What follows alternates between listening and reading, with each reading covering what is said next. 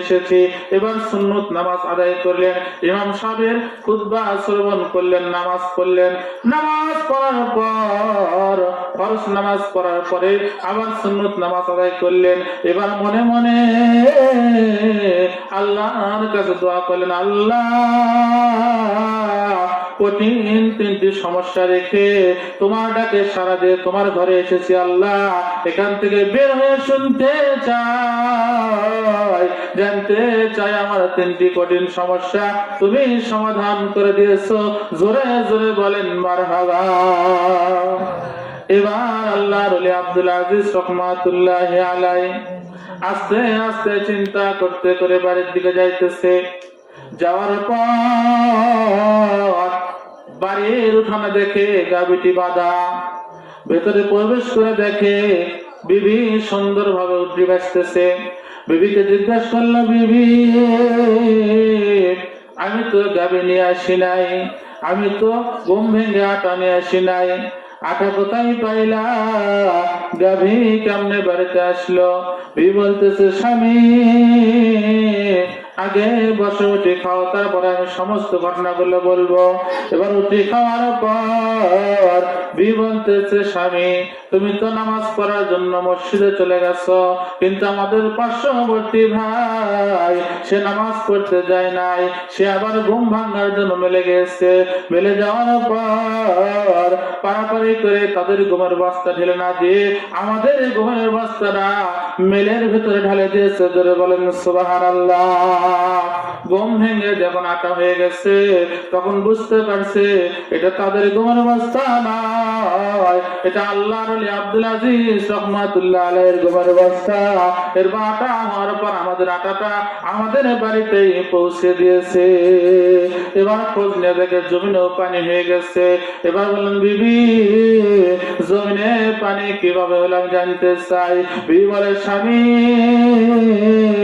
যে ব্যক্তি বলেছিল আজকে পানি নিলে আর কোনোদিন পানি পাবে না, তুমি তো নামাজ পড়ার জন্য মসজিদে গেছো, ওই ব্যক্তি নামাজ পড়তে যায় নাই, ওই ব্যক্তি জমিনে পানি নেওয়ার জন্য জমিতে চলে গেছে।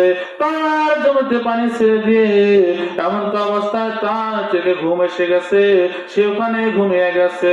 আল্লাহর কি কুদরত, তার জমিটা পানিতে ভরপুর হয়ে গিয়ে আমাদের জমিটাও পানিতে ভরপুর হয়ে গেছে। জোরে জোরে বলেন সুবহানাল্লাহ।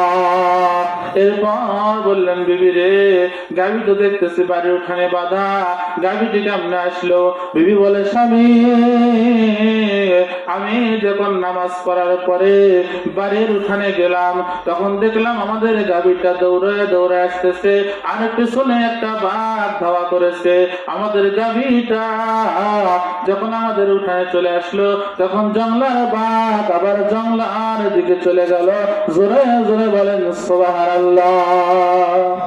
তাহলে আমরা যদি আল্লাহ রাব্বুল আলামিনের দায়িত্ব যেটা আমাদেরকে দিয়েছে এটা যদি আমরা পালন করি, অবশ্যই আল্লাহ রাব্বুল আলামিন আমাদের সমস্ত সমস্যাগুলো সমাধান করে দিবেন।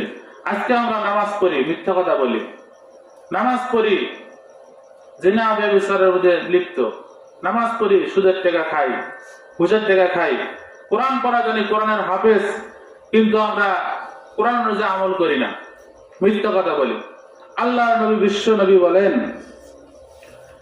আল্লাহ নবী বিশ্ব নবী প্রতিদিন ফজর নামাজের পরে সাহাবীদের দিকে মুখ করে বসতেন এবং বলতেন, যে সাহাবারা তোমরা কি আজকে কেউ কোনো স্বপ্ন দেখেছো কিনা? যদি দেখে থাকো তাহলে আমাকে বলো, এই স্বপ্নের যে অর্থ আমি বলে দেব। একদিন আল্লাহ নবী বললেন, যে সাহাবারা আজকে কেউ কোনো স্বপ্ন দেখেছো? সাহাবারা বললেন যে না ইয়া রাসূলুল্লাহ, আমরা কোনো স্বপ্ন দেখি নাই। আল্লাহ নবী বললেন যে আমি আজকে একটা স্বপ্ন দেখেছি, তোমরা কি সেটা জানতে চাও? সমস্ত সাহাবারা বললেন, ইয়া রাসূলুল্লাহ, ইয়া হাবিবাল্লাহ, আমরা জানতে চাই। আল্লাহর নবী বিশ্ব নবী জনাবে মুহাম্মদুর রাসূলুল্লাহ সাল্লাল্লাহু আলাইহি সাল্লাম বললেন, ও সাহাবারা আমি আশার নামাজ পড়ার পর খাওয়া দাওয়া করার পরে যখন ঘুমের ঘরে গেলাম, স্বপ্ন দেখি দুইজন ব্যক্তি এসে আমাকে বলতেছে, ইয়া রাসূলুল্লাহ, ইয়া হাবিবাল্লাহ, নবী গো, আপনি আমাদের সঙ্গে চলেন। আমি তাদের সঙ্গে গেলাম। কিছুদূর যাওয়ার পর দেখলাম জমিনে একটা লোক শুয়ে আছে, আর কিছু লোক পাথর দিয়ে দূর থেকে তার মাথায় এরকম পাথর মারতেছে। পাথর মারার পর তার মাথাটা ফেটে যাইতেছে, আর পাথরগুলো ওখান থেকে ছিটকায়া ছিটকায়া দূরে সরে যাচ্ছে। ওই পাথরগুলো যখন আনতে যায় আর এর মাথাটা ভালো হয়ে যায়। আল্লাহর নবী বিশ্ব নবী বললেন, ভাই এর দোষটা কি? কি জন্য এরকম শাস্তি দেওয়া হইতেছে, আর কতদিন পর্যন্ত এরকম শাস্তি দেওয়া হবে? দুজন ব্যক্তি বললেন, ইয়া রাসূলুল্লাহ, ইয়া হাবিবাল্লাহ, নবী গো, এই ব্যক্তি দুনিয়াতে কোরআন পড়া জানতো, কিন্তু কোরআন অনুযায়ী আমল করতো না, মানুষকে আমলের কথা বলতো না, অবহেলা করতো। এই জন্য তাকে আজকে এরকম শাস্তি দেওয়া হইতেছে। আল্লাহর নবী বিশ্ব নবী বললেন, ও ভাইয়েরা, কদিন পর্যন্ত এরকম শাস্তি দেওয়া হবে? ওই ভাইয়েরা বলতেছে, ইয়া রাসূলুল্লাহ, ইয়া হাবিবাল্লাহ, নবী গো, কিয়ামত পর্যন্ত এরকম শাস্তি দেওয়া হবে। জোরে জোরে বলেন নাউযুবিল্লাহ। এরপরে ওই দুইজন ব্যক্তি বললেন, ইয়া রাসূলুল্লাহ, ইয়া হাবিবাল্লাহ, নবী গো, সামনের দিকে চলেন। আল্লাহর নবী বিশ্ব নবী বলেন, এবার সামনের দিকে গেলাম। যাওয়ার পর দেখে একটা লোক জমিনে বসে আছে, আর একটা লোক লোহার একটা কেসি দ্বারা তার গাল ডান পাশ থেকে এরকম কাটতে কাটতে পাশে আসে। এই ডান পাশে কাটার পর যখন বাম পাশে যায়, তখন ডান পাশের গালটি ভালো হয়ে যায়। আবার বাম পাশ থেকে যখন ডান পাশে আসে, বাম পাশের তা ভালো হয়ে যায়। আল্লাহ নবী বিশ্ব নবী বললেন, ও ভাইয়েরা, এরকম শাস্তি কি জন্য দেওয়া হইতেছে? এর অপরাধটা কি? কি জন্য এরকম শাস্তি দেওয়া হইতেছে? ওই দুইজন ব্যক্তি বললেন, ইয়া রাসূলুল্লাহ, ইয়া হাবিবাল্লাহ, নবী গো, দুনিয়াতে এই লোকটা মিথ্যা কথা বলতো, কথায় কথায় মিথ্যা বলতো, মানুষকে মিথ্যা অপবাদ দিত, এইরকম জন্য তাকে আজকে এরকম শাস্তি দেওয়া হইতেছে। আল্লাহর নবী বিশ্ব নবী বললেন, কতদিন পর্যন্ত এরকম শাস্তি দেওয়া হবে? ওই দুইজন ব্যক্তি বললেন, ইয়া রাসূলুল্লাহ, ইয়া হাবিবাল্লাহ, নবী গো, কিয়ামত পর্যন্ত তাকে এরকম শাস্তি দেওয়া হবে। জোরে জোরে বলেন নাউযুবিল্লাহ। এরপরে ওই দুইজন ব্যক্তি বললেন, ইয়া রাসূলুল্লাহ, ইয়া হাবিবাল্লাহ, নবী গো, সামনের দিকে চলেন। আল্লাহর নবী বিশ্ব নবী বললেন, এবার সামনের দিকে যাওয়ার পর দেখি রক্তের একটা পুকুর দেখা যায়, যাকে আমরা বাংলা ভাষায় দিঘি বলি। এরকম একটা রক্তের পুকুর দেখা যায়, তার মধ্যে অনেকগুলো নারী আর পুরুষ উঠতেছে আর ডুবতেছে। তারা যখন উপরে উঠতে চায়, ওই পুকুরের পারে অনেকগুলো লোক পাথর নিয়ে দাঁড়িয়ে আছে। তারা যখন উঠতে চায়, তারা এই পাথর নিক্ষেপ করে আবার তাদেরকে ওই রক্তের নহরের ভেতরে ঢালিয়ে দেয়। আল্লাহর নবী বিশ্ব নবী বললেন, ও ভাইয়েরা, এদেরকে এরকম শাস্তি কি জন্য দেওয়া হইতেছে? দুইজন ব্যক্তি বলে, ইয়া রাসূলুল্লাহ, ইয়া হাবিবাল্লাহ, নবী গো, দুনিয়াতে এরা ছিল সুদখোর, দুনিয়াতে এরা ছিল ঘুষখোর। তো সুদ খাওয়ার কারণে, ঘুষ খাওয়ার কারণে আজকে তাদেরকে এরকম শাস্তি দেওয়া হইতেছে। কিয়ামত পর্যন্ত এরকম শাস্তি দেওয়া হবে। জোরে জোরে বলেন নাউযুবিল্লাহ।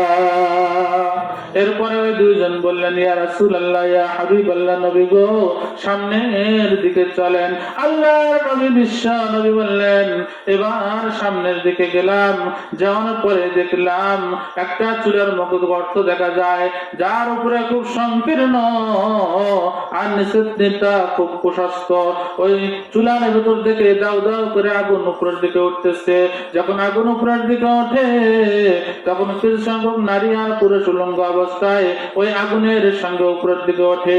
আগুন যখন নিচ দিকে যায়, আর কিছু সংখ্যক নারী পুরুষ উলঙ্গ অবস্থায় ওই আগুনের সঙ্গে নিচ দিকে যায়। আল্লাহর নবী বিশ্ব নবী বললেন, ভাই এদেরকে এরকম শাস্তি কি জন্য দেওয়া হইতেছে? দুইজন ব্যক্তি বলে, ইয়া রাসূলুল্লাহ, ইয়া হাবিবাল্লাহ, নবী গো, এরা দুনিয়াতে ছিল জিনাখোর, হেলায় খেলায় এরা জিনা করতো, এই জন্য তাদেরকে আজকে এরকম শাস্তি দেওয়া হইতেছে। আল্লাহর নবী বিশ্ব নবী বললেন, কতদিন পর্যন্ত এরকম শাস্তি দেওয়া হবে? ওই দুজন ব্যক্তি বললেন, ইয়া রাসূলুল্লাহ, ইয়া হাবিবাল্লাহ, নবী গো, কিয়ামত পর্যন্ত এরকম শাস্তি দেওয়া হবে। জোরে জোরে বলেন নাউযুবিল্লাহ। তাহলে কি আমরা এরকম কাজ করবার? আল্লাহ রাব্বুল আলামিন আমাদের সবাইকে এরকম কাজ থেকে বিরত রাখুক। সবাই বলে আল্লাহুম্মা আমিন। কার কার বাবা মা জীবিত আছে হাত তোলেন দেখি। আমার বাবা মা জীবিত আছে ইনশাআল্লাহ, আলহামদুলিল্লাহ। আর কার কার বাবা মা নাই তারা হাত তোলেন। যাদের নাই তাদের সংখ্যাই বেশি। তারা কিন্তু বুঝতে পারতেছে বাবা মার কত মূল্য। আজকে যদি তাদের কাছে চাওয়া হয় যে লক্ষ টাকা দিতে হবে, তোমার বাবাকে ফিরে দেওয়া হবে, তারা কিন্তু টাকা দেওয়ার জন্য প্রস্তুত। আর যাদের বাবা মা জীবিত আছে, যে ছেলে, সেই ছেলেরা যদি অন্য কোনো মেয়েকে ভালোবাসে আর বাবা যদি মানে নিতে না চায়, যদি বলা হয় যে তোমার বাবাকে দুনিয়া থেকে বিদায় করে দাও, তুমি কি খুশি? তখন সে এক বাক্য বলে আমি খুশি। বলবেন ঠিক কিনা? এই জন্য যাদের বাবা মা নাই তারা বুঝতে পারতেছে বাবা মার কত মূল্য। কিতাবের ভিতরে দেখলাম একটা যুবক ছোটবেলায় তার বাবা মারা যায়, মা অনেক কষ্ট করে মানুষের বাড়িতে কাজ করে খাবার দাবার নিয়ে এসে তাকে খাওয়ায়, লালন পালন করে, লেখাপড়া করায়। ভাইরা আমার, বন্ধুরা আমার, মা মানুষের বাড়ি থেকে কাজ করিয়া কষ্ট করিয়া খাবার দাবার নিয়ে আসে, ওই সন্তানকে খাওয়ায়, সন্তানকে লেখাপড়া করায়। লেখাপড়া করানোর পর সে একটা বড় শিক্ষিত হয়ে যায়। মা কষ্ট করিয়া একটা স্কুলে চাকরি নিয়ে যায়। কিন্তু চাকরি করানোর পর মা বলতেছে, বাবা আমি তো এখন আচার হয়ে গেছি, একটা সুন্দর বিবি বাড়িতে নিয়ে আসো, তোমার বিবি দেখিয়া আমি মৃত্যুবরণ করতে চাই। মার কথা মতো বিবি বাড়িতে নিয়ে আসলো, বিবাহ শাদী করলো। কিন্তু বিবি বাড়িতে আসার পর 1 মাস, 2 মাস, 4 মাস, 6 মাস ওই মার সেবা করে, রান্না বাড়ি করে, মার কাপড় কাচে। 6 মাস পর বিবি বলতেছে, স্বামী গো, আমি তোমার মার সেবা করতে পারবো না, আমি তোমার মায়ের কাপড় কাচতে পারবো না, আর এমনকি তোমার মা যদি এই বাড়িতে থাকে আমার পক্ষে বাড়িতে থাকা সম্ভব নয়। জোরে জোরে বলেন নাউযুবিল্লাহ।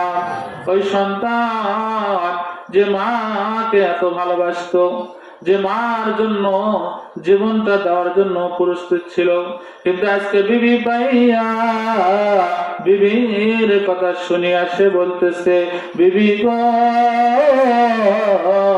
আমি মাকে ছাড়তে পারবো কিন্তু তোমাকে ছাড়তে পারবো না। এ কথা বলিয়া ওই যুবক বাড়িতে আসে, মাকে বলে, মা তুমি যদি এই বাড়িতে থাকো আমার বিবি এই বাড়িতে থাকবে না, তুমি যদি আমার সংসারে থাকো তাহলে আমার বিবির সঙ্গে অনেক কষ্ট হবে থাকতে, বিবির সঙ্গে অনেক ঝগড়া হবে।